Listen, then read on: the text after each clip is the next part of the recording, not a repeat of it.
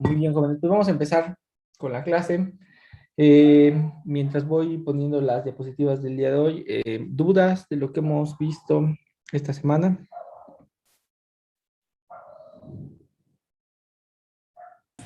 Hola, profesor. Hola, hola. Yo tengo una duda, pero de la tarea. De la tarea. Ok, hoy al terminar había sesión de dudas, pero a ver, de una vez vamos adelantando eh, dudas, pues a ver. Pues es que he estado resolviendo el primer ejercicio y al Ujú. final la solución me sale únicamente la función de Green y se desaparece el acoplamiento. Entonces mi duda era si ese es el resultado o entonces es algo que estoy haciendo mal. Porque es el lagrangiano, pero de phi a la 3 y esa orden lambda. Ujú. Ajá. Sí, a ver, vamos a ver. Eh, Déjenme ir.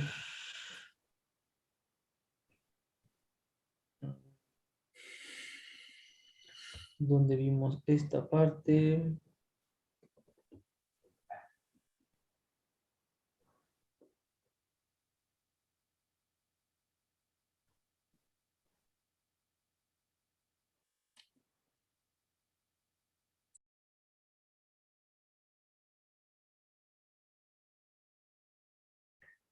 Estoy buscando las notas donde empezamos a trabajar. Yo lo estuve estudiando de las notas en la 16, notas 16. Notas 16. Híjole, supongo que no recuerdo la página. Son por acá, creo. Es un poco antes de las 50, profe, me parece. Ok, muy bien. Listo. Ya, por ejemplo, aquí empieza la discusión, ¿no? ¿Qué pasa si consideramos lambda distinto de cero? Aquí está el término cuártico, ¿verdad? Y lo que uno quiere construir es esencialmente la función generadora, que como se ve aquí, pues tiene un término nuevo, ¿no? Todas las notas anteriores lo que se discutió es qué sucedía con el término libre, es esto que estoy encerrando junto con la fuente, ¿verdad? Y ahora nos damos cuenta que todo lo que habíamos trabajado se sigue valiendo porque todo está factorizado en este objeto, ¿verdad? Que le llamamos la acción libre, veces este otro objeto que esencialmente es phi a la cuarta, que ya vimos que de manera funcional, ¿verdad? A nivel de operador, se puede escribir en términos de menos IH barra la derivada funcional de J. Y en efecto eso lo que te va a pedir es bajar, hacer una serie de Taylor, perdón, alrededor de esto. Ahora, si yo estoy en una teoría lambda phi al cubo, este no sería la cuarta, ¿verdad? Sería al cubo. ¿Estamos de acuerdo? Sí. Sí, profe. Ok. Entonces, desarrollo la serie, ¿verdad? El primer término pues es 1, el siguiente término es este h al cubo, eh, h al cuadrado, etcétera, y nos queremos quedar a lambda lineal, o sea, este término que está acá. Y sería el equivalente a quedarse con este que está aquí, que es una tercera derivada funcional. ¿Ok? Ya no va a ser cuarta, es tercera. Y eso va a multiplicar al resto del término de la función generadora, que es el caso libre. ¿Ok? Entonces, eh, bueno, aquí hay un paso nuevo, un paso distinto, ¿no? Aquí habíamos dicho que por simetría, ¿se acuerdan? Que este objeto era par, ¿verdad? Par. Eso implicaba que cambiar j por menos j me decía que la función se quedaba igualita. Y como consecuencia, todos los valores de expectación impares se iban a ir a cero, ¿verdad? Algo que tenemos que encontrar es que aquí tendrá que cambiar, ¿cierto? Porque ahora lo que va a volver que este objeto se vuelva par es una derivada impar para digamos, compensar lo impar de este término, lo impar de este, lo impar de este, y bueno, aquí no, aquí se queda igualito. Eso también ya lo revisaron. Ya, creo que ese es mi problema, porque llegué bien a las derivadas, pero Sí, ya a la hora de hacer esto, lo de buscar si es par o impar, lo hice de forma par, entonces tendría que ser de forma impar, ¿no? sí, sí, acuérdense esto lo vuelvo a recalcar, pero en esa clase hice un poquito hincapié que esto es una propiedad exclusiva del lambda phi a la cuarta, justamente por el phi a la cuarta, que es el equivalente a esta derivada, ¿verdad? Funcional, sale esa propiedad, pero en cualquier otra teoría, ¿no? Donde el acoplamiento, bueno, el término de interacción sea distinto, ¿no? No tenga que ser autointeracción o, no o la autointeracción sea de otro orden, por ejemplo, el cubo, o imagínense a la quinta, a la sexta, no sé, cualquier otra teoría, pues esa propiedad de seguro se va a ver modificada.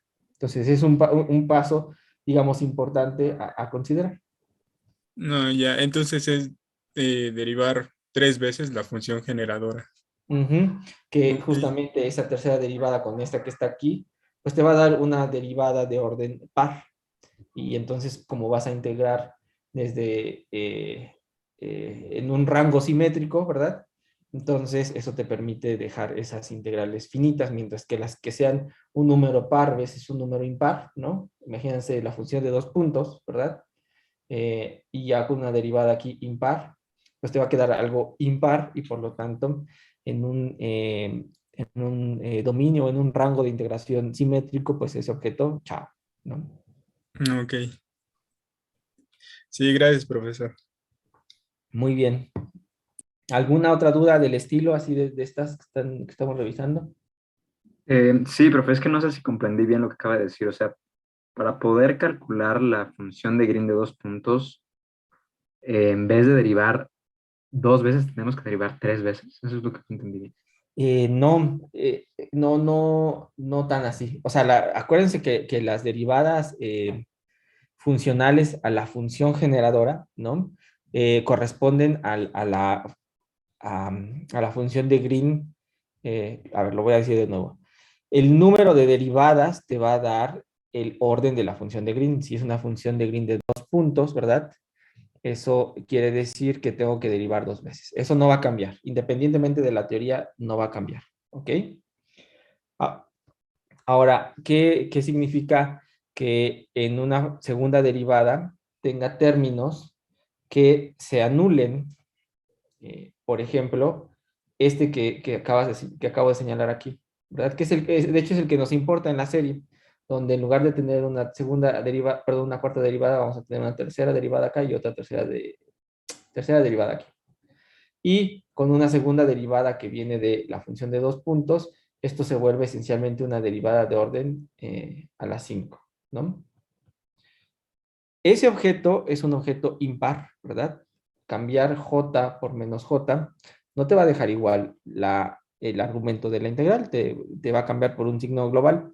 Y como el dominio o la región de integración es simétrica, pues esos términos no van a contribuir. Ojo, no quiere decir que no exista el propagador de mi teoría, porque miren, aquí todavía tengo el 1. ¿Estamos de acuerdo? Entonces, y además, vean que tengo otro término, ¿verdad? Que tendría aquí al cubo y que tendría aquí al cubo, ¿ok? Eso en total son potencias a la sexta, con 2 más de la segunda derivada para sacar el propagador, serían a la 8. Ese es par y por lo tanto puedo encontrar un objeto finito. ¿Sí me explico? Hay veces que hay que tener cuidado en la serie porque algunos términos contribuirán, otros no. ¿Sí? Pero no se Sí, hace profe. cero. El propagador no se hace cero. Vean que este siempre se va a cumplir porque este 1 multiplica lo que está en color negro acá. Y ese es el propagador libre, esencialmente, ¿no? Sí, profe, lo entiendo. Entonces, en este caso, pues, en realidad tampoco nos interesa, por ejemplo, el término que va 1 entre 2 factorial, porque pues ese ya es lambda cuadrada, ¿no? Así es, jóvenes, no soy a veces medio mañosón, ¿no? Porque es parte de estas ideas de que ustedes empiecen a analizar o a ver algunos otros casos donde esto que a lo mejor en el curso lo hubiéramos pensado que es general, pues no va a ser general, ¿no? Siempre depende de qué es lo que estamos trabajando, ¿no? Y bueno, el lambda phi al cubo es una teoría muy peculiar, porque a diferencia de esta lambda phi a la cuarta, resulta que si ustedes calculan la función de Green de un punto, o sea, el valor de expectación del vacío, ese sí que es finito, cosa que esta teoría que estábamos trabajando no lo es. Calculan la función de 3 puntos, claro que sí es finita, porque su regla de Feynman, su función de vértice es de 3 patas externas coincidiendo en un punto, es un vértice triple, y desde luego que su valor de expectación será distinto de cero. Pero si yo voy a calcular la función de Green de 4 puntos, chao, ahí no voy a poder tener nada. ¿Por qué? Porque no hay ningún objeto en mi teoría que me permita pasar de algo que es como de 3 patitas a algo que sea de 4, teniendo solamente un vértice, por ejemplo. Está prohibido en mi teoría. Y así, uno puede ir analizando las propiedades de la teoría, nada más viendo lagrangiano, uno ya va intuyendo hacia dónde va, qué contribuye, qué no contribuye, etcétera, ¿no? Entonces, el mensaje es eso. A veces, eh, darse cuenta antes de calcular de más o menos las propiedades que hay, te guía a resolver de manera mucho más rápida los problemas. Ok, profe, entonces si ya se hizo como todo el proceso riguroso, simplemente tendríamos que decir que esos no contribuyen, listo, ¿no? Mostrar explícitamente que no contribuyen y ya, ¿no? Eso es más que suficiente. Ok, profe, gracias. Muy bien. ¿Qué más, jóvenes? ¿Alguna otra pregunta?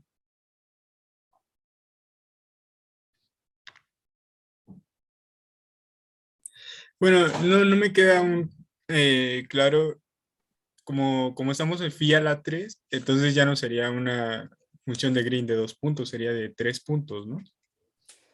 A ver, va de nuez. Ok, La función de Green, ¿no? De 2 puntos existe. Que este término, lambda, no, no quiere decir que no existe. En la serie perturbativa, ¿no?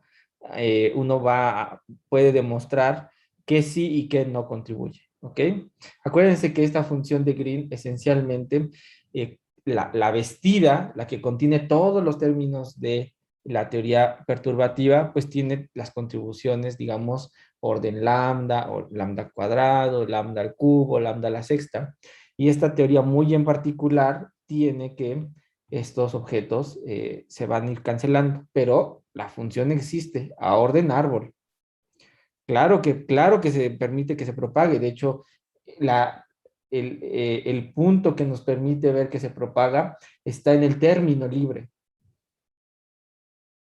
La función generadora con su índice cero que hacía referencia a la propagación libre de mi partícula, esa es finita.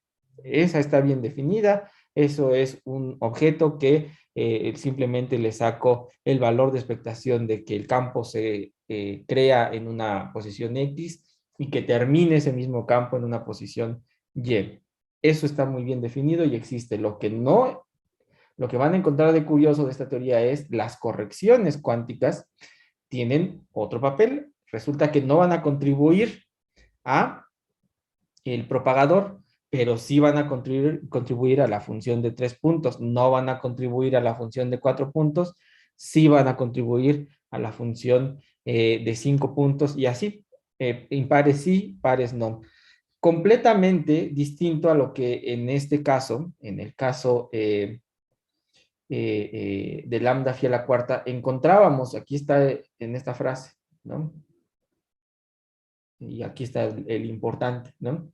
Todos los valores de expectación del producto temporalmente ordenado de un número impar de campos era cero, ¿se acuerdan? La corrección, ¿no? Era cero. Pero esto era válido para esta teoría. Ahora en la otra, pues lo que cambia es, en lugar de que sean los números impares, pues son o las potencias o los productos pares son los que se van a anular, y lo que se va a anular es lo que viene de los términos de interacción. Lo que está a nivel árbol, eso va a existir siempre. Ok, sí, ya entendí. Ahora sí. Muy bien, jóvenes. ¿Más dudas?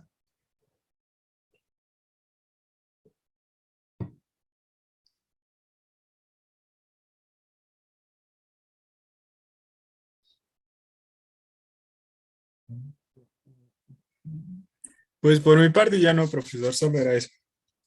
Muy bien. Ok. Bueno, entonces, déjenme ir a la página que iba a iniciar hoy. Aquí está. Voy a retomar la última parte de la clase pasada, que tenía que ver con este tema del potencial efectivo que vamos a calcular a un lazo, ¿no? Al final de la clase pasada, el día de ayer, pues empecé a discutir un poquito de qué significaba o cómo se podría calcular el potencial efectivo, sabiendo ahora eh, cuando estamos estudiando la energía debido a la interacción y a la propia masa que tiene la partícula y ya no a su movimiento, ¿no? Había una característica o una peculiaridad que la serie perturbativa que en principio la habíamos planteado en el caso de las funciones de Green, por ejemplo, o de las funciones de vértice, en términos de la constante de acoplamiento, resultó que a este nivel, ¿no? En este análisis de ver qué le pasa a los estados energéticos, al espectro de energía de mi sistema, pues se podía transformar en términos de una serie de H barra. Y eso nos gustaba porque al final de cuentas, H barra no es una constante, no va a cambiar si nos movemos en una región energética o no, si hacemos que se acerquen o no las partículas, siempre H barra va a valer un número chiquito. Y entonces está bien padre que vamos a garantizar siempre hacer la serie y poder cortar esa serie justamente porque H barra es chiquita. Entonces hemos cambiado la historia en hacer todo a a una expansión en H bar. Entonces, poniendo explícitamente quién es la acción, ¿no? Y dándome cuenta cuáles son las ecuaciones dinámicas clásicas, las ecuaciones de Euler-Lagrange. Uno a nivel de trabajar con el campo clásico podía escribir esta igualdad, ¿no? Que no es más que desarrollar este objeto que está aquí, mantener este e igualarlo a j de x. Hicimos o recordamos las relaciones que tenían J y el campo clásico, ¿no? Para darnos cuenta que podíamos encontrar que las variaciones de la acción efectiva, que es un objeto que podíamos ocuparlo, ¿verdad? Estaba relacionado con esta J que está al final de esta igualdad, y además que eh, esta, este objeto que está aquí, que es la variación del campo respecto de la fuente, la podíamos escribir justamente en términos de una segunda derivada funcional de la función generadora de diagramas conectados respecto de J en dos posiciones, y además eso sabemos que es la función de Green de dos puntos, ¿ok? Entonces lo sustituíamos en esta expresión. Aquí está, aquí está, digamos, las ecuaciones de Euler-Lagrange. El término este nuevo que era relacionado con las variaciones del campo clásico respecto de J, y lo igualábamos a la J, pero J en realidad es menos esto que está aquí.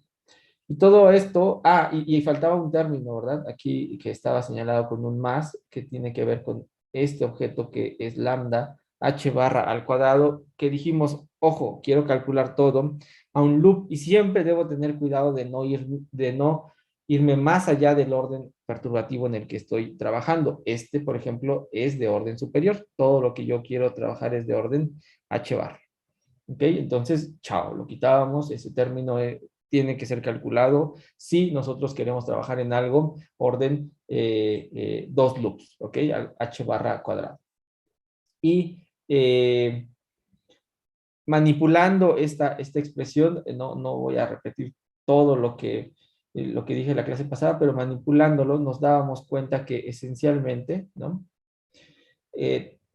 Todo eso se reescribía en términos de las variaciones respecto del campo, de la diferencia de la acción efectiva y la acción, y eso era igual a la constante de acoplamiento, al orden al perturbativo que estoy, que es H barra, el campo clásico y el propagador. ¿Ok? Solamente recordando que justamente nuestra idea es escribir a nuestra acción efectiva en series de H barra, pues me doy cuenta que el primer término, cuando H barra es 0, esencialmente recuerden que estas dos coinciden, son el mismo objeto, ¿no?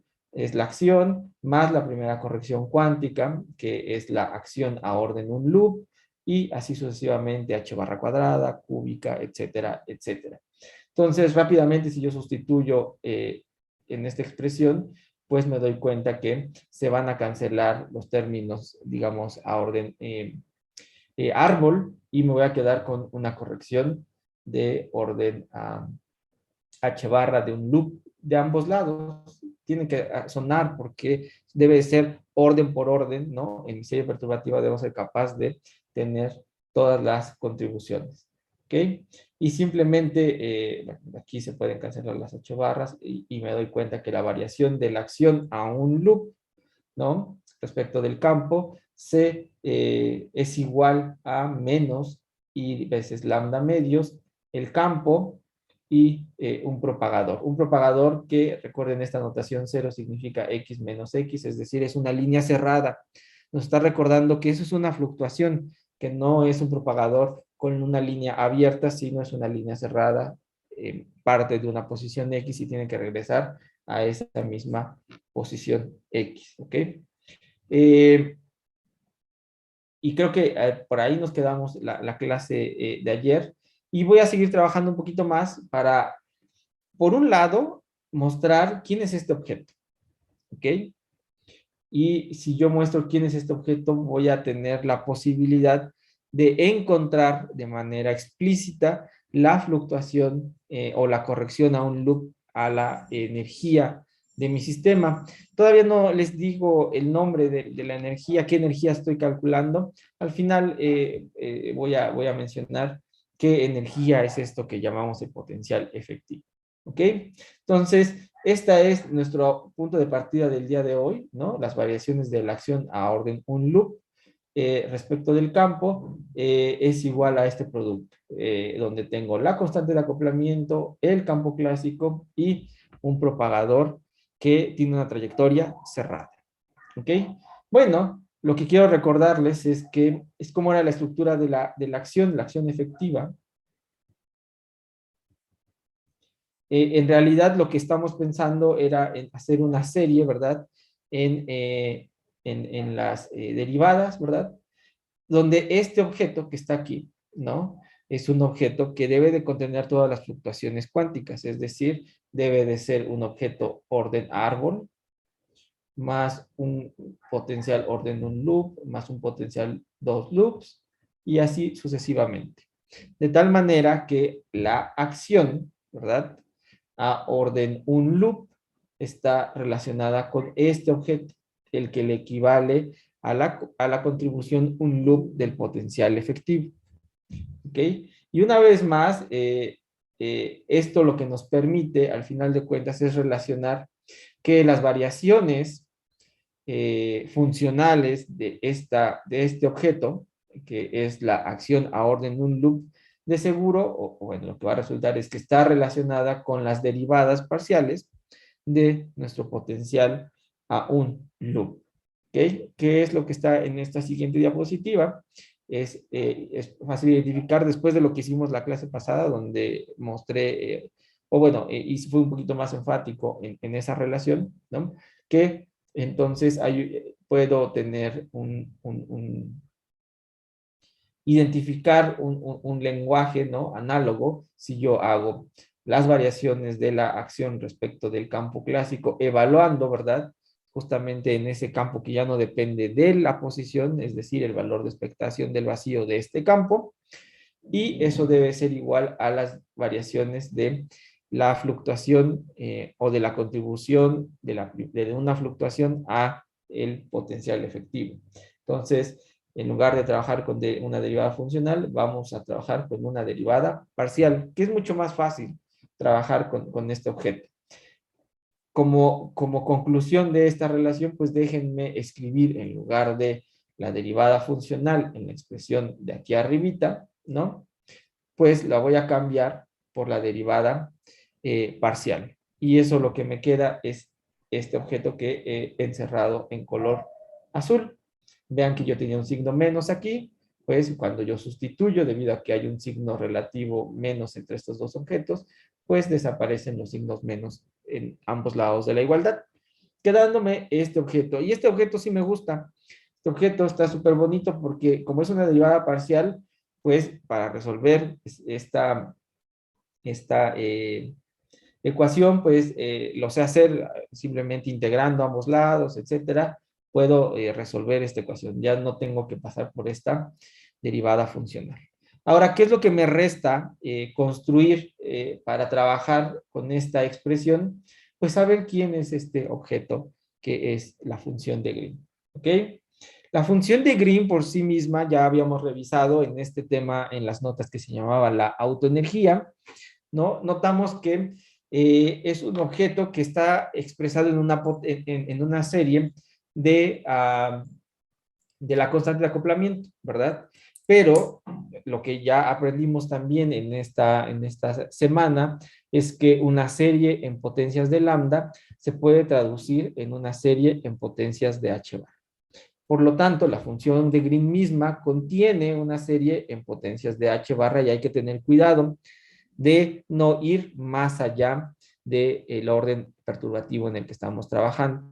¿Okay? Como ya de por sí estaba trabajando con una h barra, ¿verdad? Lineal, todo inició por la contribución, un loop que es proporcional a h barra, pues más nos vale quedarnos al orden más bajo de esta función de Green. De lo contrario, vamos a incluir un nuevo término, una nueva potencia de h barra que será del orden superior y eso se sale del orden perturbativo en el que estoy trabajando. ¿Ok? Entonces, nos vamos a quedar al orden más bajo y el orden más bajo, pues esencialmente es la función de Green del vacío. ¿Ok? Del vacío, perdón, de la función de Green del libre, de nuestro lagrangiano libre. Pero bueno, la pregunta es quién es. Quiero ver explícitamente quién es este objeto. Y para eso voy a recordar un poquito algunas cosas que ya utilizamos en clase. Un poquito de mañas, ¿no? Las variaciones funcionales de la J, ¿no? En una posición X, ¿no? A nivel de la operación, yo la puedo reescribir sin ningún problema, ¿no? Haciendo una regla de la cadena como las variaciones del campo respecto de J y después las variaciones de el objeto al cual le voy a aplicar respecto del campo en una posición Y y simplemente tengo que integrar sobre todos los Y posibles, ¿verdad? Bueno, si yo hago eso, además puedo ganar otra información extra. Sabemos quién es este objeto. Este que está aquí se obtiene de la primera derivada funcional de la función generadora respecto de la fuente. ¿Okay? Por lo tanto, puedo reescribir ese objeto de esta forma sin ningún problema. Es una segunda derivada funcional de la función generadora de diagramas conectados en respecto de la fuente en dos posiciones distintas. ¿Ok? Y este operador se queda igualito. ¿Ok? Sigo integrando en D4Y. Por otro lado, ¿ok? Otra cosa que recordar es qué significaban las variaciones de la acción respecto del campo. Pues resulta que las variaciones de la acción efectiva, perdón, respecto del campo no es más que obtener la fuente. ¿Ok? Por lo tanto, si yo aplico una segunda variación, si yo aplico una variación de la fuente a este objeto, que es la variación de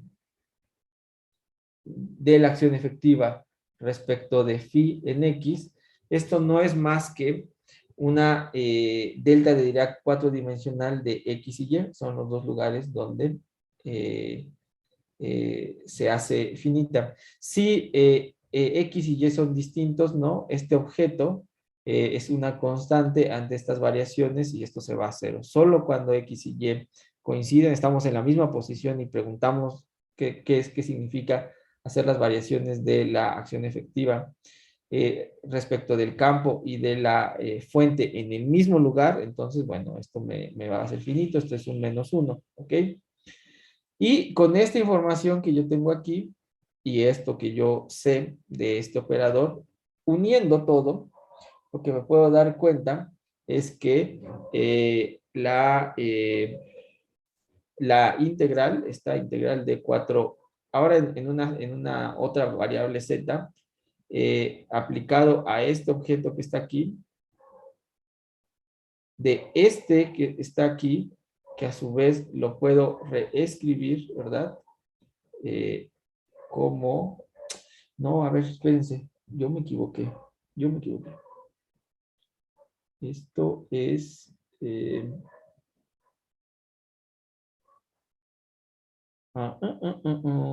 déjenme ver qué hice acá.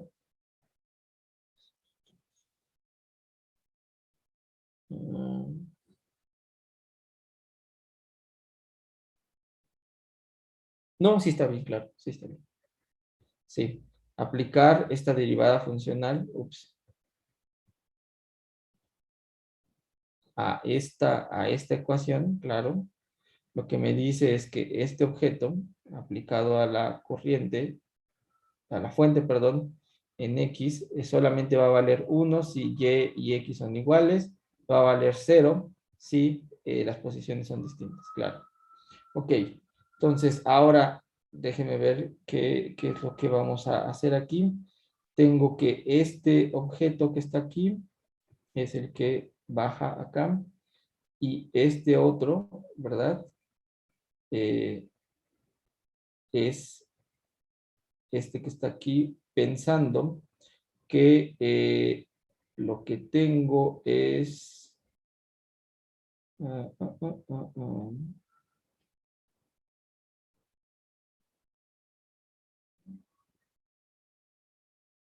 Mm, mm, mm.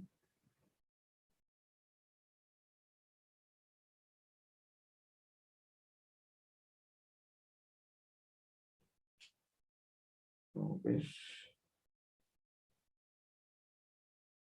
Ya, claro. Sí, este es este que está acá. Y se lo estoy aplicando a este objeto, que es lo que está aquí.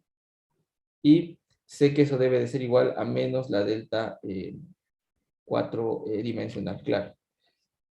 Este objeto que está aquí es esto que está aquí, pero a su vez ocupo esta relación, ¿no? Esto aplicado a este bicho, que del lado izquierdo me tiene que dar esta segunda derivada funcional y del lado derecho me debe dar pues la delta en 4 dimensiones, claro.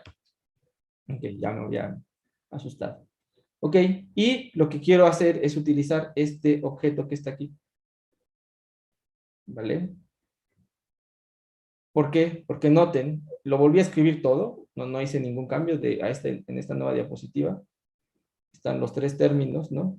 Pero quiero que se den cuenta que, quedándome al orden correcto, no quiero agregar ningún h barra en mi cálculo porque me quiero quedar en h barra lineal. Si yo agrego alguna otra, me voy a ir a h barra al cuadrado, etcétera, y me voy a salir del orden perturbativo en el que estoy trabajando.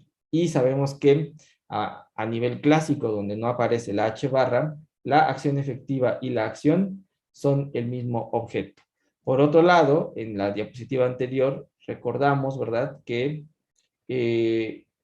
una anterior, bueno,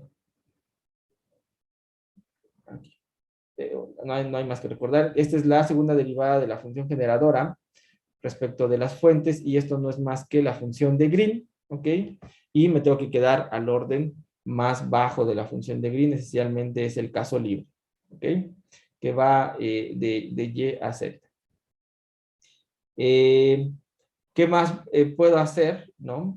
Me doy cuenta que esto que está aquí, ¿no? Esto que está aquí, no es más que la ecuación clásica, mi ecuación clásica ¿verdad? De mi teoría, las ecuaciones de Euler-Lagrange, es esto que está aquí, veces la delta de X y Z, porque tengo una derivada extra, ¿verdad? Tengo una relación entre lo que las fluctuaciones del campo, respecto del campo en X y en Y. Entonces, eso me va a generar que obtenga una delta de X y Y. Este objeto que está aquí, lo pasé para acá, ¿no? Nada más cambié el orden de lo que estaba escribiendo. Y del lado derecho no estoy haciendo nada. Del lado derecho dejo intacto todo. Y simplemente después me doy cuenta que, bueno, hacer la integral respecto de z, cuando yo tengo esta delta, ¿no? Pues es un 1 y lo único que tengo que hacer es cambiar, donde yo vea z, voy a cambiar por x, ¿ok? Entonces aquí escribo x, aquí ya tenía x y esto lo reduje entonces a un producto, ¿verdad? De este operador, que llama mucho la atención, que es como el operador libre, ¿verdad? El de la ecuación libre, pero ahora tengo un término extra, un término que me dice que hay interacción, ¿ok? Y que es proporcional, es lambda medios el campo al cuadrado. Y yo sé que esta parte es la energía, esto me va a generar la información de la energía cinética y que esta parte me va a generar la información de la masa. Noten que este objeto yo lo puedo reescribir como una masa efectiva, ¿ok? La masa se ve modificada debido a que existe interacción. Esto también debe de sonar mucho a lo que revisamos en el caso de la autoenergía. En el caso de la autoenergía nos dimos cuenta que las correcciones, ¿no?, cuánticas generaban esta función que le llamábamos sigma mayúscula, que no era más que la autoenergía y que siempre hacían que en el propagador apareciera una combinación m cuadrado más este sigma, diciendo que ese objeto iba a ser la masa física, la masa de la verdad. ¿Por qué? Porque contenía toda la información de todas las posibles interacciones y ese era el objeto que en la naturaleza vive, el objeto que está bañado por toda esa sábana del campo que permea el espacio y el tiempo. Y como es autointeractuante, pues está generando esa masa efectiva que uno puede ir a medir en la naturaleza. Uno va y prueba, ¿no?, a la partícula, pero como está autointeractuando, en realidad no es ella solita, sino es ella y su nube de interacción. ¿Ok? Entonces, lo que te encuentras es que dependiendo la energía a la que uno vaya a chocar con esa partícula, pues vas a tener acceso a esa información de esa nube o de plano no, vas a estar como, es como cuando quieres chocar dos electrones, ¿no? Como se van a repeler, pues depende de la energía que les des, es cuánto se van a acercar, cuán fuerte va a ser la interacción, cuán difícil será mover uno del otro, ¿no?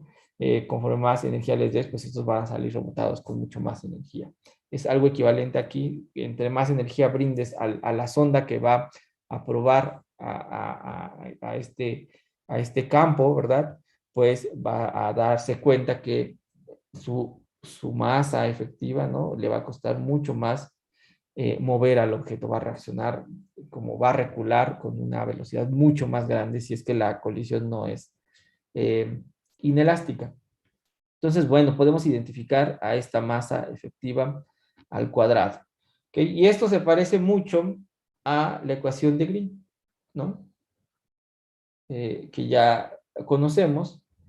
Y de hecho, pues lo vamos a trabajar, despejamos, ¿no? Pasamos nuestro operador escrito en el espacio de configuraciones al espacio de momentos, ¿no? Y eso nos permite encontrar que la función de Green en el espacio de configuraciones no es más que la integral en el espacio de momentos de nuestro objeto, que es 1 entre k cuadrado, este es el equivalente del parcial mu, ¿verdad?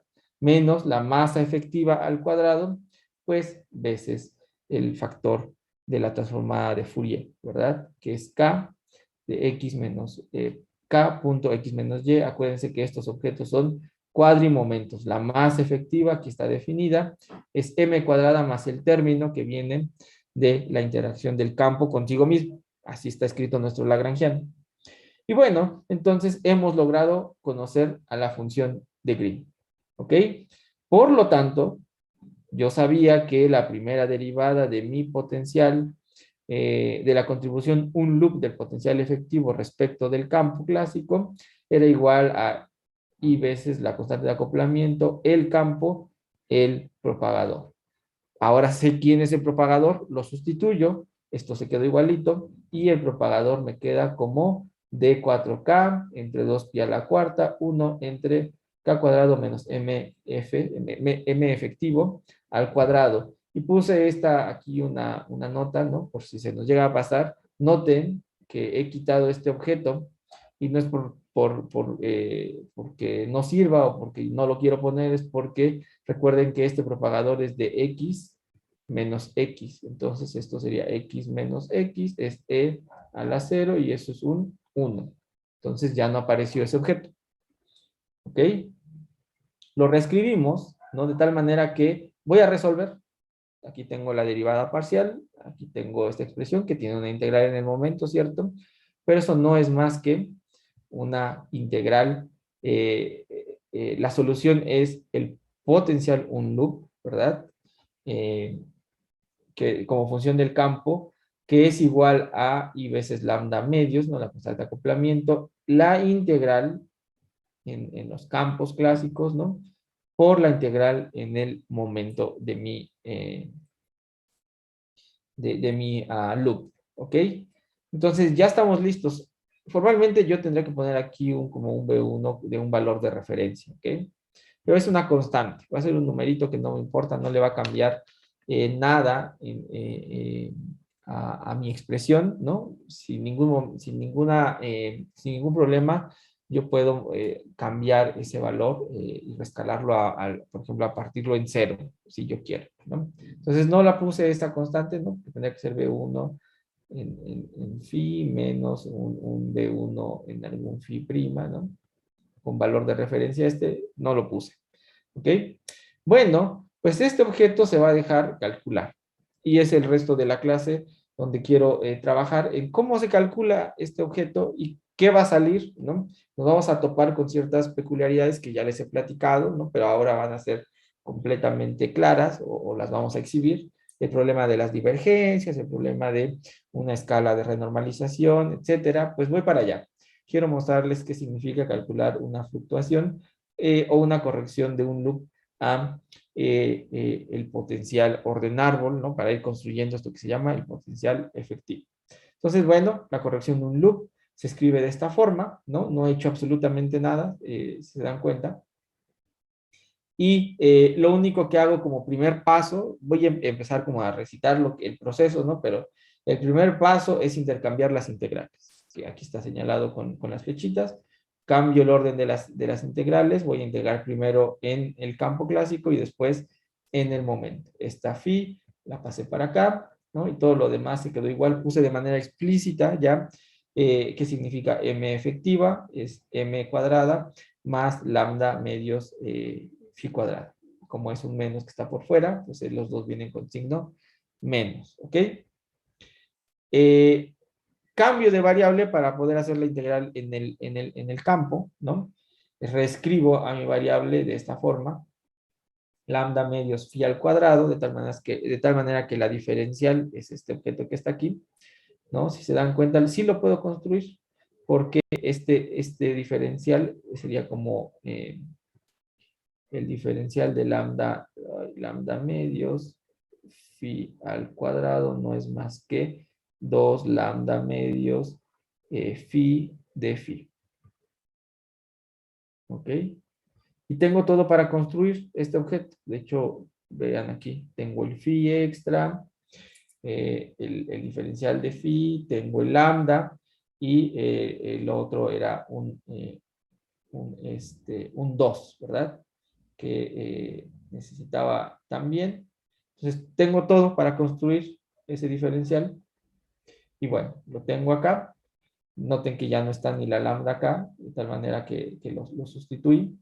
Este 2 lo pongo acá y cuando yo aplique la derivada o expanda este diferencial, si se dan cuenta salía un 2 multiplicando, ¿no? Porque de phi cuadrada, pues no es más que 2 phi de phi, ¿ok? Entonces cancela este 2, por eso no recurrí a este 1/2 que tenía por fuera. Y bueno, ya se va a dejar hacer la integral, es como dx, de x más m cuadrada menos k cuadrada, donde ese m cuadrada menos k cuadrada es una constante, ¿ok? Y bueno, el resultado ya lo sabemos, es el logaritmo natural, ¿verdad? Cuyo argumento es lambda medios phi al cuadrado, m cuadrado menos k cuadrado, evaluado entre 0 y el campo phi. Y bueno, eso me da evaluando los extremos, me da este término, son dos logaritmos con signo opuesto, eso me da el cociente de los argumentos del logaritmo natural, ¿ok? Ahora, a esta altura, ¿no? De los argumentos del logaritmo natural, me encuentro con que voy a tener un pequeño problemita si yo continúo, digamos, de manera ingenua, tratando de integrar respecto del momento. Y es justamente esto que he señalado acá. Fíjense que como k va a ser una variable de integración, ¿verdad? Puede existir el caso donde k cuadrado y m cuadrado sean iguales. Por lo tanto, esto será un 0. Y entonces se indetermina el logaritmo. ¿Ok? Por otro lado, puede que en ese barrido de k, en los diferentes valores que puede tomar, porque acuérdense que voy a integrarlo sobre él, en un dominio infinito, puede que coincida este valor con este otro. ¿Ok? Y una vez más se va a indeterminar el logaritmo. Y yo no quiero tener ese problemita. Entonces voy a tener que hacer algo. Y algo que normalmente en teoría cuántica de campos, cuando hacemos cálculos de fluctuaciones, cuando hacemos cálculo de amplitudes de procesos que suceden en la naturaleza, en fin, uno lo que hace es, le dice, hay diferentes formas, ustedes ya en el curso lo han escuchado, pero son las diferentes formas de decir lo que voy a hacer. Vamos a hacer una rotación de Vic. Si ustedes quieren sonar súper así elegantiosos en un seminario, etcétera, les dice a la gente, voy a hacer una rotación de Vic. Pero bueno, si ustedes quieren sonar un poquito más generales y que alguien que no se dedica a la teoría cuántica de campos entienda lo que vas a hacer, pues les dices, voy a hacer una continuación analítica del eje de los reales al eje de los imaginarios. Y si uno quiere ser mucho más suelto, estás con cosmólogos, etcétera, dices, bueno, voy a rotar el espacio, voy a rotar al espacio euclidiano, ¿no?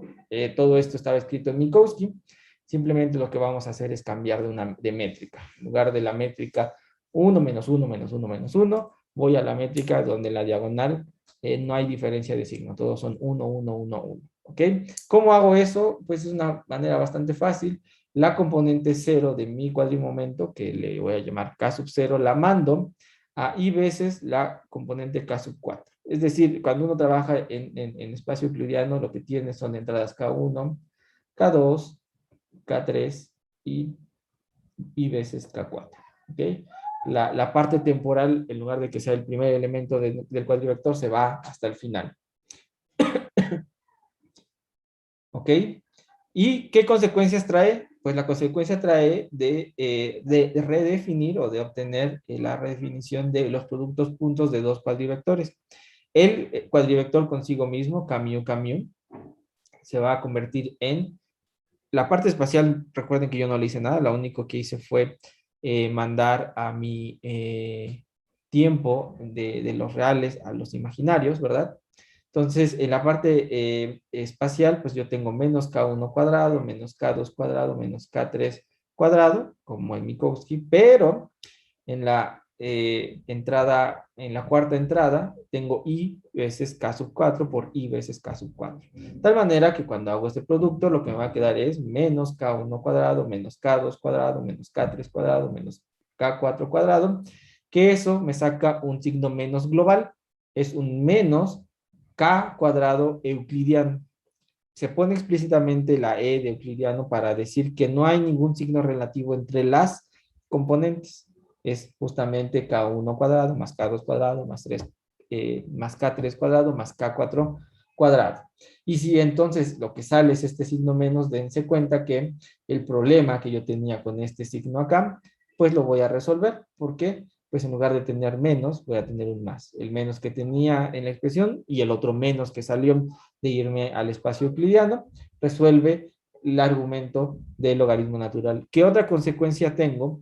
Que este diferencial de 4K lo tengo que cambiar. ¿Por qué? Porque acuérdense que este es como dk1, dk2, dk3, y ahora tengo que poner i dk4, ¿no? Antes lo que tenía era dk0, dk1, dk2 y dk3, ¿ok? Entonces, bueno, está apareciendo este i extra que lo puse en color rojo. Creo que ustedes no sé si lo vean, aquí en las notas se ve, es un color rojo. Y este signo también lo había señalado para que no se nos olvide lo que significó pasar a euclidiano. Bueno, ¿qué es lo que voy a hacer a continuación? Voy a tomar ventaja de otra cosa que está sucediendo.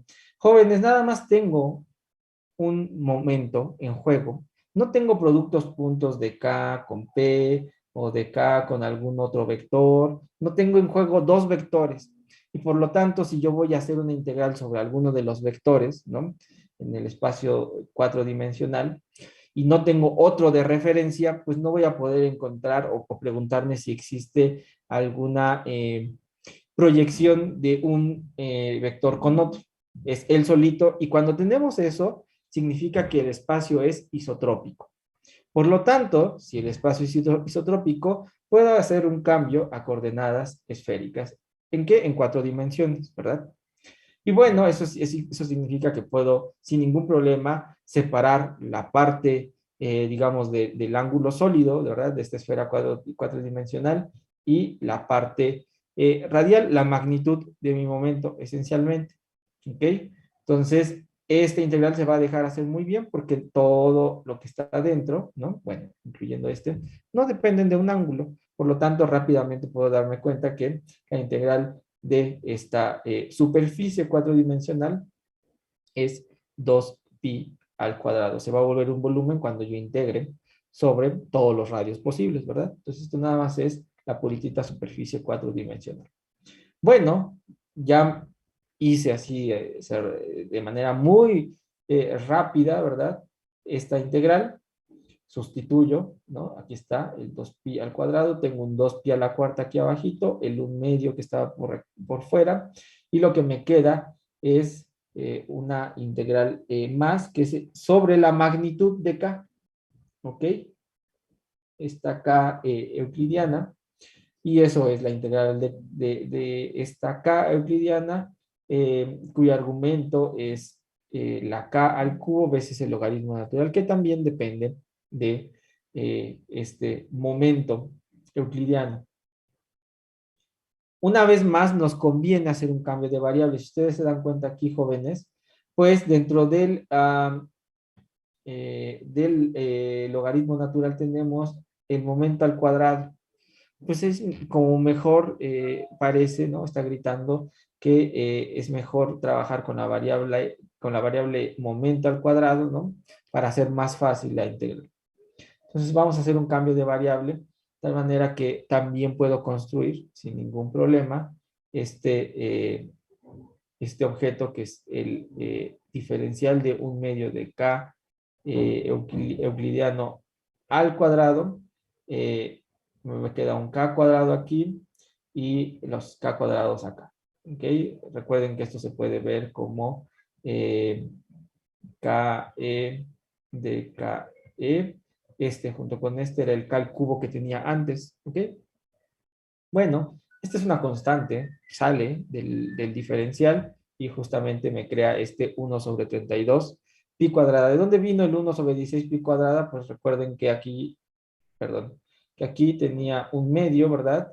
Un 2pi al cuadrado y un 2pi a la cuarta. Esto es 16 pi a la cuarta. Con este 2 que está aquí se convierte en 1 entre pi, 1 entre 8 pi a la cuarta. Con este pi al cuadrado es 1 entre 8 pi al cuadrado. Y con este 2 es 1 entre 16 pi al cuadrado, que es este objeto que está aquí. 1/2 que multiplica, me queda 1 sobre 32 pi cuadrado, y ahora sí me puedo lanzar a hacer esta integral, que se ve bastante más bonita y fácil de hacer, nada más por simplificar la notación, ¿no? Voy a reescribir el cuadrimomento al cuadrado como y entonces la integral que tengo que hacer es la integral de 0 a infinito, ¿verdad? Porque acuérdense que ya nada más es la magnitud, entonces va desde 0 a infinito, de y por y, logaritmo natural de la masa efectiva, más y entre la masa, esta masa de Lagrangiano, más y. ¿Ok? Esto se puede escribir en dos términos, ¿ok? Es la diferencia de dos logaritmos naturales. Y ya estamos a nada, de hecho esto lo podemos integrar, jóvenes, sabemos integrar logaritmos naturales, pero aquí les puse un signo de admiración. Hay una advertencia aquí, porque si yo integro hasta infinito, ¿qué va a pasar, jóvenes?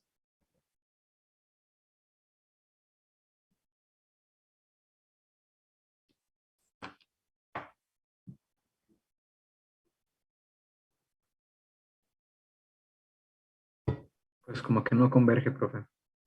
Exactamente, va a diverger esta corrección a la energía a orden un loop. Esto, chao, tiene una divergencia, se le dice ultravioleta. Yo ya les había platicado hace algunas clases, ¿no? Justamente cuando vimos el tema de la autoenergía y por ahí en algunas otras ocasiones ya se los había mencionado que calcular fluctuaciones nos íbamos a topar por lo regular con divergencias. Digo por lo regular porque hay algunos casos muy bonitos que se dejan integrar la fluctuación sin ningún problema, sin ninguna divergencia. ¿Ok? Entonces hay que arreglarlo, hay que hacer algo al respecto. Y lo que vamos a hacer es algo que en una teoría cuántica de campos se le conoce formalmente como vamos a regularizar. Hay diferentes formas de regularizar, jóvenes. Esta es, lo voy a decir de manera como coloquial, esto es a fuerza bruta. Este método que vamos a hacer hoy es a fuerza bruta y que es útil en una teoría escalar y que además es global. Pero en teorías que no son escalares y que no son globales, que son locales, se les llaman teorías de gauge, teorías de norma, este mecanismo no sirve. ¿Ok? Pero lo vamos a hacer porque es el más sencillo de todos y es el que nos podría dar la mejor intuición de lo que está sucediendo. ¿Ok? Vamos a hacer la regularización de esta integral gracias a un cutoff, a un corte ultravioleta. Voy a sustituir el infinito que tenía como límite superior por este, por una constante que le voy a llamar lambda, lambda al cuadrado, de hecho, porque acuérdense, bueno, lambda al cuadrado. Acuérdense que y es en realidad un momento al cuadrado y lo que lambda va a representar es una cantidad que tiene dimensiones de energía. Por eso se pone lambda al cuadrado acá. Entonces, no voy a ir hasta infinito, voy a irme hasta una cantidad finita, que lo único que debo de garantizar para mi salud mental es que tengan que ser lo suficientemente grande para rebasar cualquier otra escala energética que yo tengo en juego.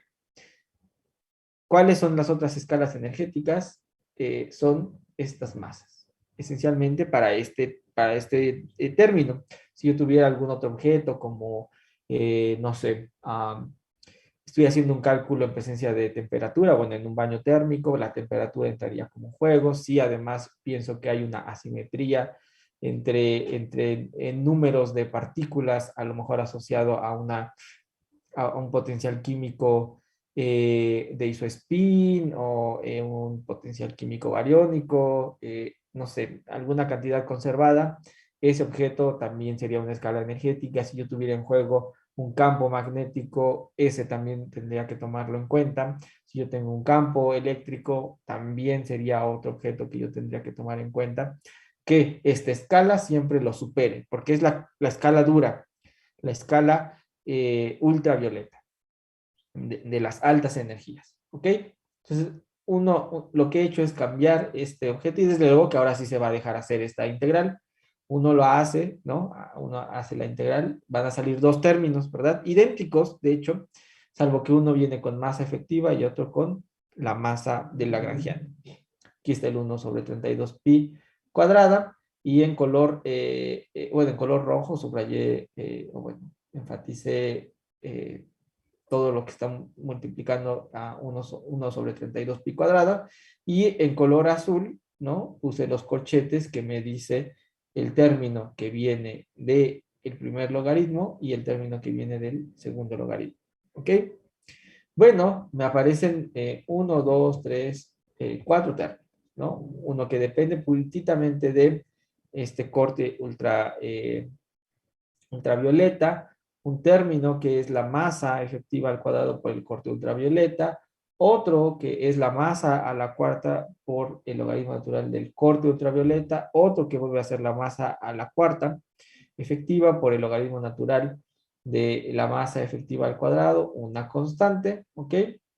Y bueno, después viene exactamente lo mismo, pero para el caso de que tengamos la masa de lagrangiano, el término de lambda a la cuarta, lambda al cuadrado, m a la cuarta, m a la cuarta.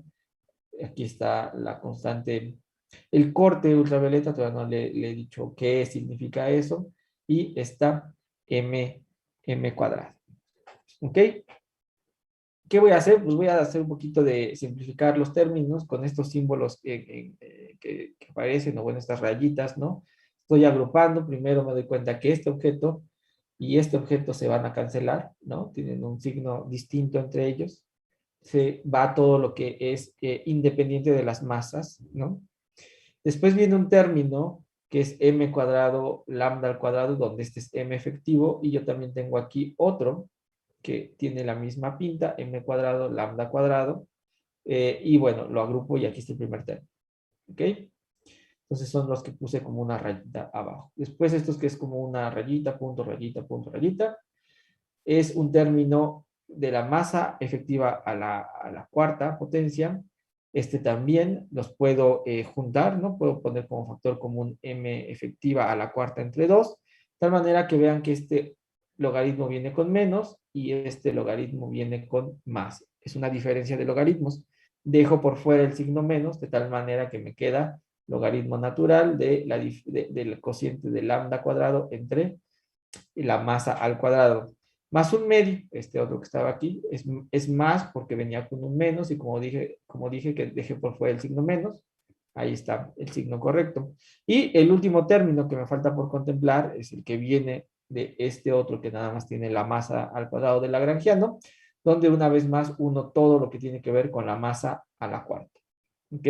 Vean que este viene con un signo menos, este con un signo más. Como pongo de factor común m a la cuarta entre 2, pues me doy cuenta que este logaritmo y este que está aquí van a dar como resultado un solo logaritmo, que es el cociente de lambda cuadrado entre m cuadrado más un medio, porque eh, tenía un signo menos por fuera, ¿verdad? Pero con este otro signo menos, ¿ok? Pues tengo un más por fuera. ¿Qué más tengo que hacer? Creo que nada más. Bueno, algo que quiero aquí comentar es si alguno de ustedes me puede ayudar a hacer el análisis de dimensiones.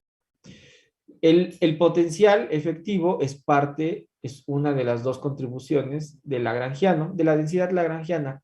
Y ¿cuáles son las unidades de la densidad lagrangiana? Si yo trabajo en unidades naturales, donde la distancia y el tiempo son el inverso, son energía a la -1, masas, momentos, ¿no? Son energía a la 1.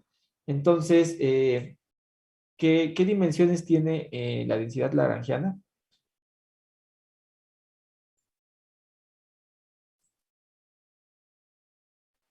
¿De energía a la cuarta? De energía a la cuarta. Y por favor, si yo acabo de decir que todos estos términos, ¿no? Que es parte del potencial efectivo, acuérdense que es una suma del potencial orden árbol, el potencial un loop, más 2 loops, más 3 loops, todos deberían de compartir las mismas dimensiones. Entonces, este resultado que acabo de obtener tiene las dimensiones correctas o no?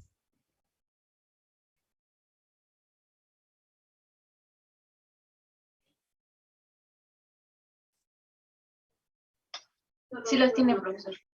Sí las tiene, porque ya dije que este corte lambda tenía que ver con la integral en y, y la integral en y era de momento al cuadrado, por lo tanto lambda al cuadrado pues tiene las dimensiones de energía al cuadrado.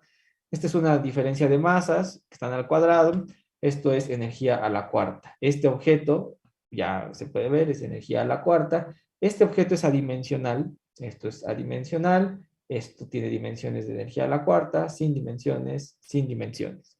Eso está súper bonito. A veces cuando hacemos cálculos y seguimos avanza y avanza y avanza, ¿no? Y nos podemos perder justamente en calcular y calcular. Vale la pena siempre detenerse y ver si las unidades están cuadrando. Que es un chequeo que siempre se lo recomiendo a todos mis estudiantes y que en general a todo mundo nos ha salvado, ¿no? De meter la pata en un cálculo. Si en algún momento vemos que ya no dan las dimensiones, es porque seguro algo hicimos en el camino mal, ¿ok? Entonces aquí vale la pena detenerse y checar, ok, ya integré en la parte angular, integré en el momento, integré en el campo, lo hice bien, no lo hice bien, pues bueno, ya vimos que sí va bien, al menos las dimensiones están correctas, uno después se podría preguntar si los signos están bien, si no uno metió la pata y aquí era un cuarto, no sé, esos son otros detalles que uno también tiene que considerar. Pero ya de saber que las dimensiones están bien, quiere decir que el proceso no ha fallado tanto, o al menos hay cierta certeza de que todo va bien. Otra cosa bien bonita es que vean que los logaritmos naturales, siempre, jóvenes, siempre los logaritmos naturales en la física o las exponenciales deben de ser adimensionales, porque de lo contrario, cuando uno haga una expansión de estos objetos, ¿no? Uno lo puede reescribir en una serie, ¿verdad? Y si el argumento tiene dimensiones o cuando nosotros multiplicamos esto por la expansión de este logaritmo natural, me va a ir cambiando las dimensiones y eso no está chido. ¿Ok?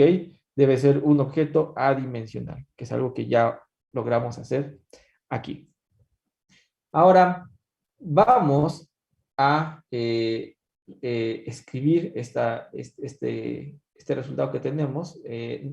De la diapositiva anterior a esta no he hecho absolutamente nada más que el primer término, si se acuerdan, era lambda cuadrado, a veces la diferencia de las masas, la efectiva menos la masa de lagrangiano. Y recuerden que esta masa efectiva no era más que la masa de lagrangiano más el término lambda phi al cuadrado entre 2. Por lo tanto, la diferencia lo único que va a hacer es que se quede el término que viene con la constante de acoplamiento y el campo al cuadrado. ¿Vale? Es lo único que hice entre la diapositiva anterior y esto. El siguiente paso, ahora sí, vean que este objeto que está aquí, lambda cuadrado, que fue mi escala dura, ¿verdad? Mi escala de corte, la voy a renombrar como usualmente uno escribe un objeto muy importante en teorías cuánticas de campo, que son la constante de renormalización. Voy a renormalizar mi teoría. Es decir, si corté mi integral, ¿no? Hasta cierto valor energético, es cierto, soy culpable de hacer eso, ¿no? Pero lo que voy a tener que decir y advertirle a la gente es, debido a esa cosa fea y horrible que le hice a mi integral, es, ojo, mi teoría no es válida para todas las escalas energéticas. Si acaso es válida hasta esta energía que yo he tomado. Porque la palabra si acaso es porque conforme yo me acerque energéticamente a este objeto, desde luego mi error va a ir aumentando porque me estoy acercando a la región donde todo lo que ignoré está siendo cada vez más relevante, ¿no? Lo perdido va a ser más importante cada vez más conforme yo me acerque a este punto, ¿verdad? Porque acuérdense que la integral iba de 0 a infinito y esa la cambié como de una integral de 0 a lambda cuadrado más tendría que ser formalmente de lambda cuadrado a infinito. Si yo me acerco a este punto, todo esto ya va a dejar de importar y lo que va a importar es esto que está acá. ¿Ok? Entonces, uno tiene una región de validez, ¿verdad? Pero siempre debe ser sensato que esta escala es lo suficientemente grande para estar lejos de donde yo estoy trabajando, de si mis masas, mis campos mis campos magnéticos, mi temperatura, mis potenciales químicos, lo que a ustedes se les ocurra, ¿no? Tengan un valor bastante más chiquito que este. ¿Ok? Bueno, entonces a este objeto se le llama la escala de renormalización y es esencialmente la que está cuidando, nos está protegiendo de tener una divergencia ultravioleta, una divergencia de altas energías. El método que ocupamos es el poner un corte duro, el poner un corte así a rajatabla, pum, hasta acá llega y se acabó. No es el único, no es el único método que existe. Hay algunos mucho más elegantes, mucho más bonitos, ¿no? Uno de ellos y el más usado se llama regularización dimensional. Les platico nada más de qué va la regularización dimensional y si en alguna clase en el futuro lo podemos ocupar, lo incluiré dentro de lo que veamos. La regularización dimensional esencialmente es para poder hacer esta integral que está aquí en el momento, ¿verdad? O bueno, para que sea todavía más claro antes de que haga el cambio de variable, para hacer esta integral, que va de 0 a infinito, lo que yo voy a hacer esencialmente es decir, aguas, yo no quiero, yo ya sé que esto va a diverger, ¿ok? Necesito hacer algo a nivel de mi integral completa. Mi integral que va en 4 dimensiones. A esta altura, uno puede darse cuenta que uno tiene una divergencia, contando las potencias en numeradores y denominadores, ¿ok? Este objeto que está aquí, el logaritmo natural, como yo les dije hace un rato, es un objeto que desde aquí vemos no tiene dimensiones, ¿ok? Esto es energía al cuadrado, energía al cuadrado, energía al cuadrado, entre energía al cuadrado. ¿Ok? Entonces, este objeto no tiene dimensiones. Todas las dimensiones de mi potencial a orden un loop están metidas aquí. 4 potencias de energía, una por cada dirección de momento. ¿Ok? Ok, bueno, si yo de repente soy bastante hábil y digo, a ver, ¿qué sucedería si yo generalizo mi integral? Esta es una en momento a d dimensiones. No les voy a decir quién es d, porque si yo no les digo quién es d, yo voy a encontrar alguna forma de hacer que esta integral se valga. ¿Por qué? Porque si yo aumento las potencias, hago que sea todavía más divergente. Pero si yo las voy disminuyendo, puedo hacer que esta integral ya no sea divergente. ¿Ok? Y entonces, como yo generalizo a d dimensiones, pues al final de cuentas, puedo hacer mis integrales. ¿Ok? Se van a dejar hacer. Porque no voy a decir explícitamente quién es esta potencia, en cuántas dimensiones estoy haciendo la integral. Y uno lo puede hacer este mismo camino, uno se para en la parte angular, en la parte radial, sin ningún problema en d dimensiones, ¿verdad? Y uno se hace todo el cálculo, ¿no? Así como lo hicimos aquí de manera bastante natural, pero sin la necesidad de cortar, ¿ok? Y lo que va a permitir es tener algo en d dimensiones donde al final lo que uno va a hacer es tomar el límite de esas d dimensiones yendo hacia la dimensión que nosotros estamos trabajando. En este caso es una dimensión, son 4 dimensiones. Entonces tiendo de a 4 menos epsilon. Me voy a acercar y voy a estar en la vecindad. Lo bonito de hacer ese trabajo es que lo que voy a poder aislar es, como no llegué hasta las 4 dimensiones, sino me quedé un epsilon, de hecho ese epsilon lo puedo escribir en el resultado y me va a salir algo proporcional a 1 entre epsilon. Si yo tiro a epsilon a 0 para tocar la dimensión 4, esa cosa diverge. Entonces ahí se concentró la divergencia y lo que hago es aislar y renombro todos mis objetos en función de ese 1 entre epsilon. ¿Ok? Y me va a quedar todo lo demás finito. Y eso va a ser mi resultado a esa escala, ¿no? Porque como consecuencia de hacer todo ese trabajo que les dije, también va a aparecer esta famosa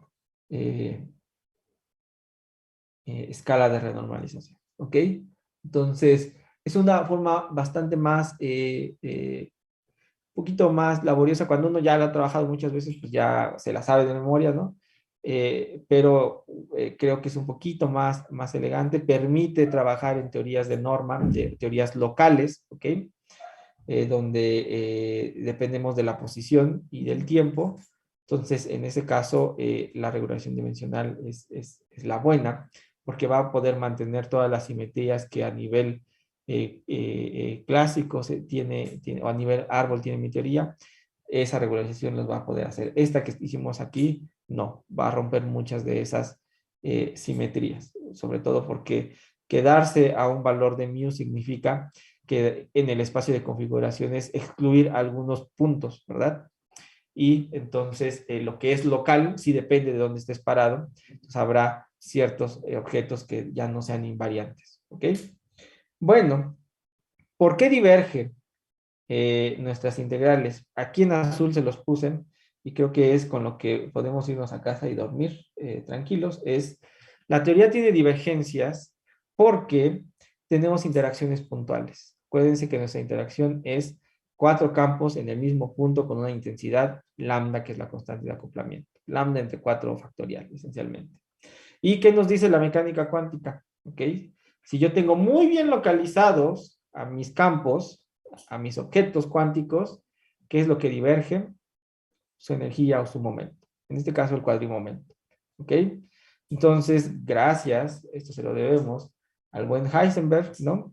Gracias a su principio, podemos entender estas divergencias, como la interacción es puntual y la fluctuación siempre depende de la interacción, es un puntito, y un diagrama que inicia y termina en el mismo punto, pues lo que me está diciendo es, ojo, ¿no? Quieres tener interacciones puntuales, pues vas a tener que pagar el precio porque eso va a repercutir en tener una divergencia el, en el momento. ¿Ok? Por último, ¿no? El resumen de todo lo que acabamos de hacer es que para una teoría lambda phi a la cuarta, el potencial efectivo a un loop se escribe como el potencial orden árbol, el que viene del lagrangiano, más este que acabamos de calcular, que es el B sub 1, que es una fluctuación. Este objeto que está aquí, que se llama potencial efectivo, no es más que la energía libre de mi sistema. ¿Ok? Es la energía libre de mi sistema. Pero además, algo que, pues, para rematar, y ustedes también se den cuenta que todo hace sentido, todo hace una cierra la lógica, quiero que vean lo que pasa si apagamos la interacción. Acuérdense que si yo apago la interacción voy a quitar todos los órdenes superiores y este que estamos trabajando, voy a quitar todos los términos en la serie de H barra, todo eso lo voy a apagar, ¿no? Porque el equivalente a hacer una serie en H barra también es hacer una serie en potencias de la constante de acoplamiento. Vean qué es lo que pasa si yo apago la interacción. El primer término, chao, se va. El segundo término, lo que llamamos masa efectiva, se va a escribir como la masa de lagrangiano. Aquí también. Y el último término se queda igualito. ¿Ok? Aquí lo reescribí. ¿Ok? Tengo el 1 sobre 32 pi cuadrado. Tengo este término, ¿verdad? Menos m a la cuarta medios logaritmo natural de mi cuadrado entre m cuadrado más un medio, que es este que está aquí, donde quité este término y este término, más este más que está aquí, el mismito término. ¿Esto a qué me da? Un 0. Por lo tanto, mi potencial efectivo cuando yo apago la constante de interacción se reduce a tener mi potencial orden árbol. ¿Ok? Mi potencial de una partícula libre. No voy a ser capaz de encontrar ninguna modificación cuántica. ¿Por qué? Porque al final de cuentas es como tener un gas ideal si lo piensan en la física estadística. No hay interacción, no hay nada más que agregarle a mi sistema. Si yo sé cómo se mueven, si tienen masa, tengo toda la información de ese sistema. Aquí es más o menos lo mismo. Si yo apago la interacción, pues voy a tener un campo libre que no va a interactuar ni con otros ni con el mismo, Entonces siempre va a ser el mismo, siempre va a estar ahí con una masa determinada, ¿no? Si yo hago excitaciones de este campo, voy a obtener unas partículas, ¿verdad? Con una masa definida, con un spin definido que es cero, porque es un campo escalar, y ya, se va a propagar, ¿no? Y su propagación la voy a conocer calculando el valor de expectación del producto del campo en dos posiciones, pero no voy a poder hacerle más a mi teoría, se quedó a nivel clásico. ¿Sigue siendo un campo? Sí, pero no van a ocurrir estas fluctuaciones cuánticas. ¿Ok? ¿Dudas hasta aquí, jóvenes?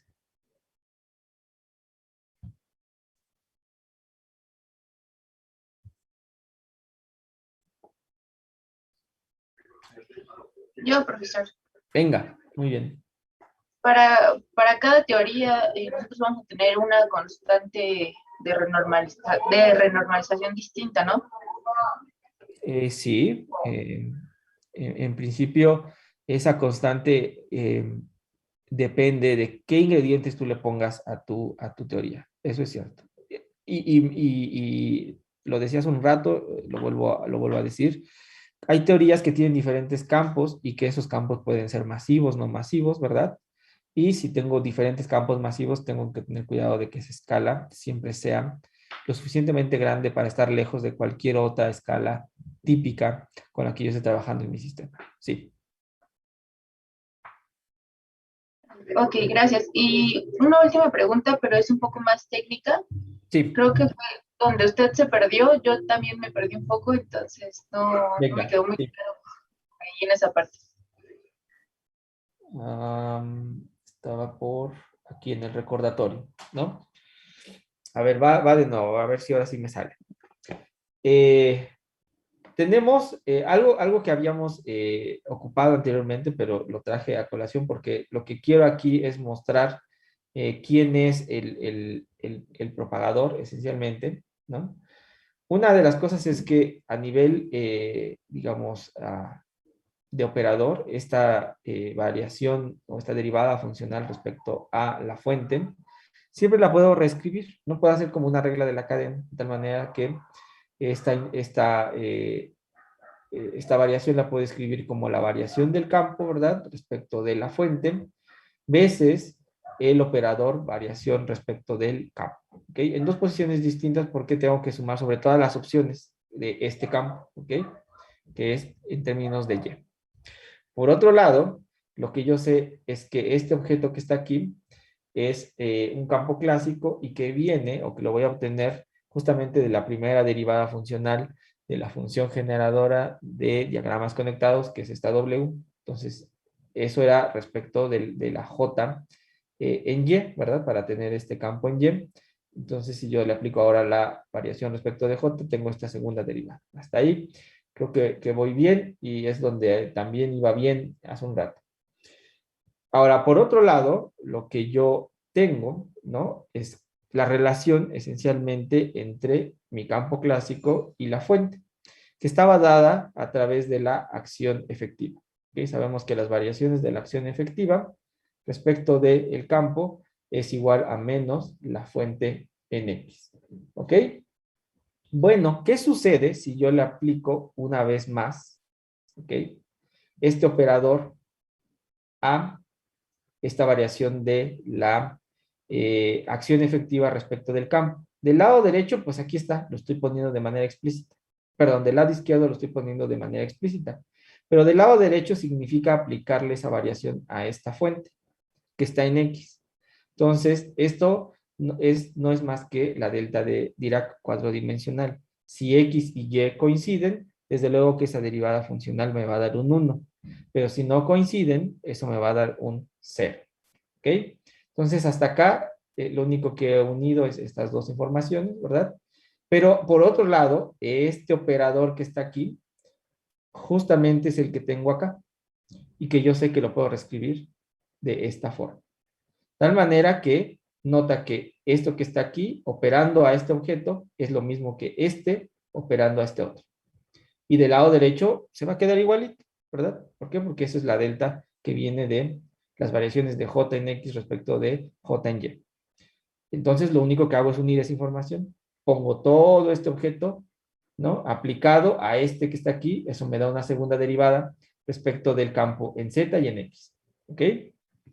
Y lo que me va a quedar del lado derecho, pues es la delta de haber aplicado este objeto a esta fuente. Ya más o menos ahora sí quedó mejor. Sí, ahora sí, ya, profesor, gracias. Vale, pues. Ok, y bueno, de ahí ya seguimos para darnos cuenta que lo que quiero encontrar es la función de 2 puntos. Ok, al orden más bajo en H, porque no me quiero salir de el orden de mi serie perturbativa. Muy bien, jóvenes. Venga, ¿más dudas? Profe, Sí, venga. yo tengo una duda, pero es de la tarea como tal. A ver. Bueno, ve que en el segundo ejercicio pide calcular la función de 2 puntos. Sí. Y en las notas, pues las notas en concreto en el del día 13, Ujú. hay una parte en la que no me queda muy claro cómo se calcula la derivada funcional de la función generadora. Ve Ok. que se calcula z de j y a la hora de hacer la derivada funcional ya no me queda muy claro de dónde salen todos los términos para obtener la función de 2 puntos. Ok, voy para allá. Son estas notas, me parece, ¿verdad? Ajá, alrededor de la... Ajá, exacto, por ahí.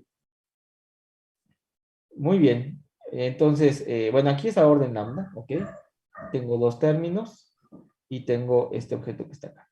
Hasta aquí todo va bien, ¿verdad? Sí, Ok, va. Entonces, ¿qué es lo que tengo? Tengo que hacer operar esto a esta exponencial, sí, sí.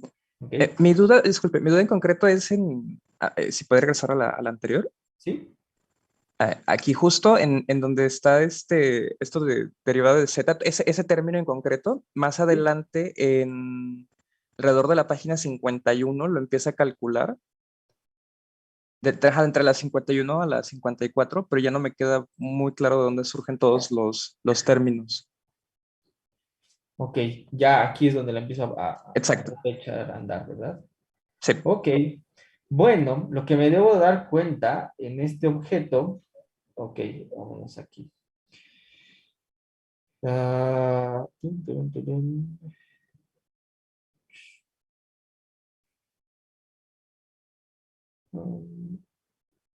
Denme un segundo, denme un segundo.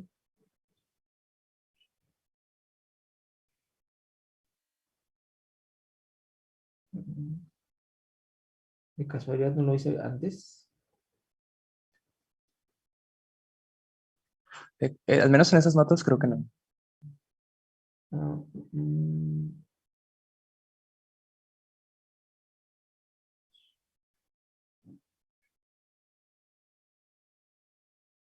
ok, a ver, operé.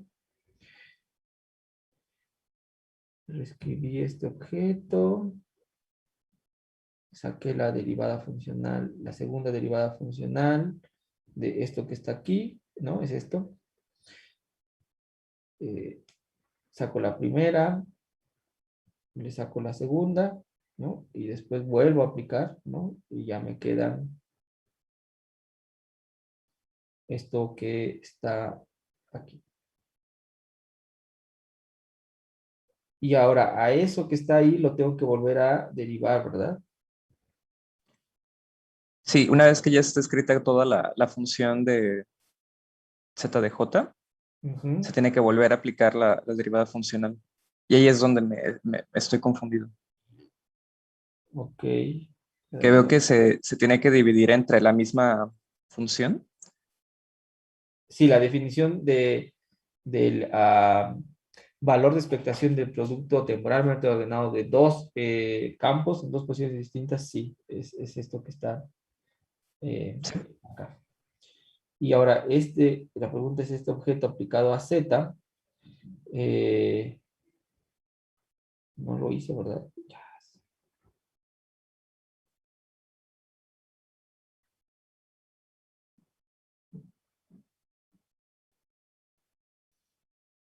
Nada más aventé el resultado, ¿cierto? ¿Qué es esto? Sí,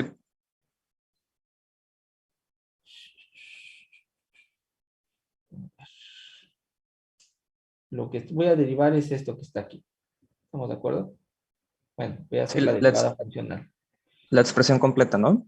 La expresión completa, sí, todo hasta acá abajo, ¿cierto?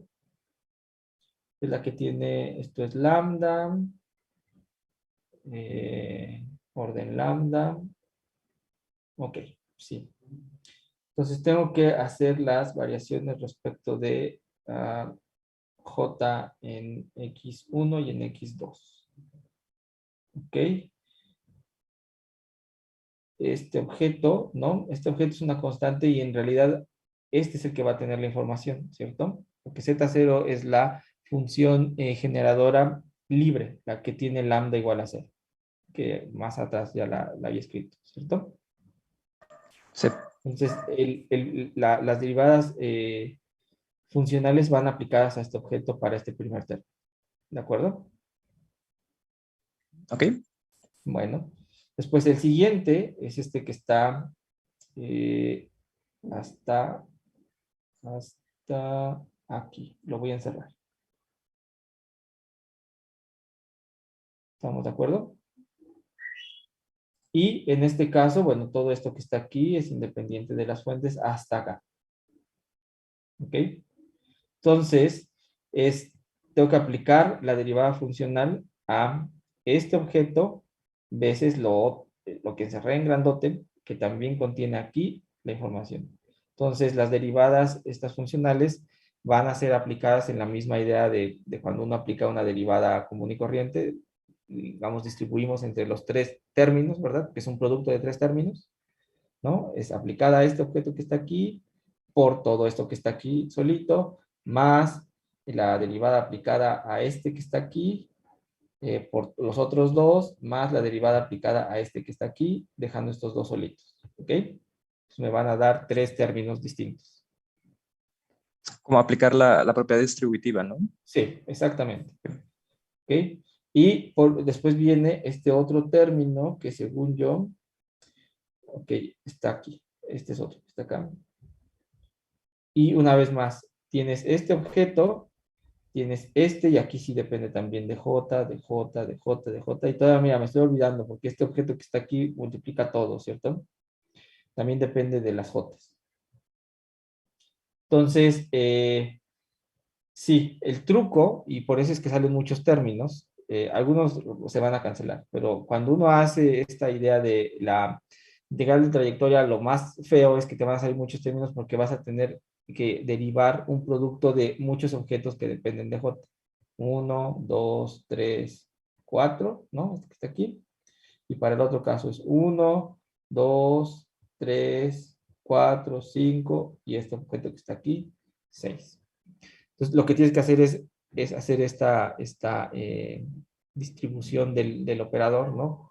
Si va el primer objeto de los cuatro, es la derivada del primer objeto por los otros cuatro, más la derivada del segundo objeto con los otros tres sin tocar, y así vas avanzando término a término. Esa es una de la derivada, y después tienes que volver a derivar. Y vas a derivar dos veces, ¿verdad? Entonces hace una segunda derivada funcional de todos los términos que te quedaron de haber derivado por primera vez. Entonces salen un montón. ¿Sí? Sí. Pero entonces es primero respecto a una JX1 y respecto a otra JX2. Sí. Pero acuérdate que es importante que, lo veíamos hace un ratito, es importante ver dónde estoy derivando, dónde está la fuente. Porque estas Ok. fuentes sí están localizadas en unas posiciones específicas. Por ejemplo, no sé, me voy a ver este está en X3, ¿no?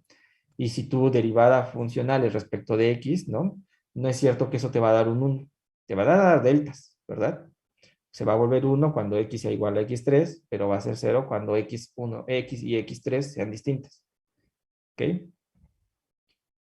También deben de tener cuidado en esas cosas. Sí, sí, también queda claro esa parte. Sí. Ok. ¿Qué más?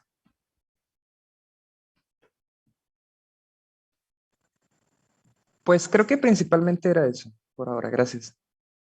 Va que va. Muy bien, jóvenes. ¿Más preguntas? Miren, estoy pensando. Si no mal recuerdo, jóvenes, ahí les va, pero no me hagan trampa, ¿eh? No quiero que ustedes me hagan trampa, quiero que realmente aprendan. Les voy a pasar, les digo el nombre. El libro se llama Quantum Field Theory. Es un libro viejito, pero que es muy bueno. Y el autor se llama Itzigson, se apellida Itzigson. Ese libro es súper bonito porque a lo mejor y el lenguaje no es lo más nuevecito que uno, eh, la anotación nueva, ¿no? Es un libro de los 60, si no mal recuerdo. Pero este señor, Itzigson, se aventó un libro donde hace todos los cálculos de manera completamente explícita. Y tengo la impresión de que ahí está calculado este tipo de cosas de manera muy explícita. Entonces, si ustedes quieren aventarse un chapuzón en ese libro, eh, déjenme lo reviso aquí rápido. Les comparto pantalla. De hecho, si ustedes son fan todavía de tener libros así físicos, ¿no? Es un libro que si se van a dedicar a esta área valdría la pena mucho comprarlo y es bastante barato. A comparación de los demás libros de teoría cuántica de campos, es súper barato. Déjenme encontrarlo. Y si será con las dos zetas. No. Quantum.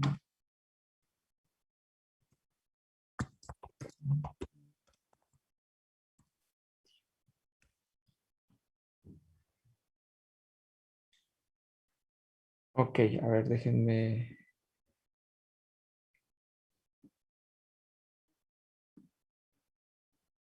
¿Están viendo mi navegador ahora? Sí, profe. Aquí está, es este libro. Es de la Dover, por eso es bastante más barato que otros, ¿no? Y estoy casi seguro que Litzigson tiene por ahí ese calculito. Ya sea el de lambda phi al cubo o el de lambda phi a la cuarta, lo tiene ese libro y tiene el cálculo completamente explícito. ¿Ok? Entonces, bueno, si lo consigue también digital, pues les va a servir. ¿Ok? Entonces, es este que está aquí. Claude Itzigson es el autor, Quantum Field Theory, y es un libro choncho, pero que vale mucho la pena revisar para hacer ejercicios, es muy bueno. Muy bien, jóvenes. ¿Alguna otra pregunta?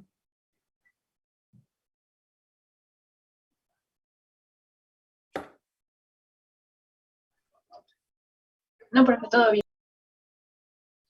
Muy bien, jóvenes. Pues entonces tienen hasta el sábado, no recuerdo qué hora puse, pero bueno, ahí en las indicaciones decía.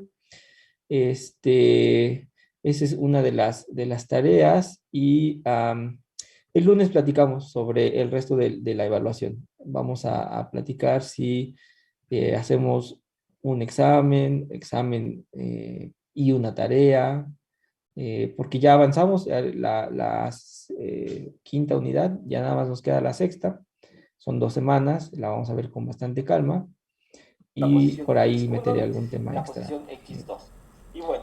que no hayamos mencionado en el temario. Pero bueno, entonces el lunes después de que hayan entregado su tarea lo platicamos, cómo vamos a evaluar el resto del curso. ¿Vale, vale? Así que ustedes también traigan ideas de algo que se les ocurra de cómo ser evaluados. Lo podemos platicar.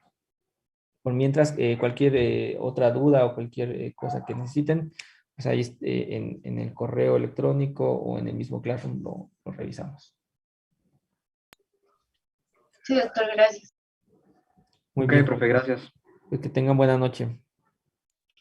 Gracias, igualmente. Igualmente, hasta luego. Gracias. Hasta luego, profe.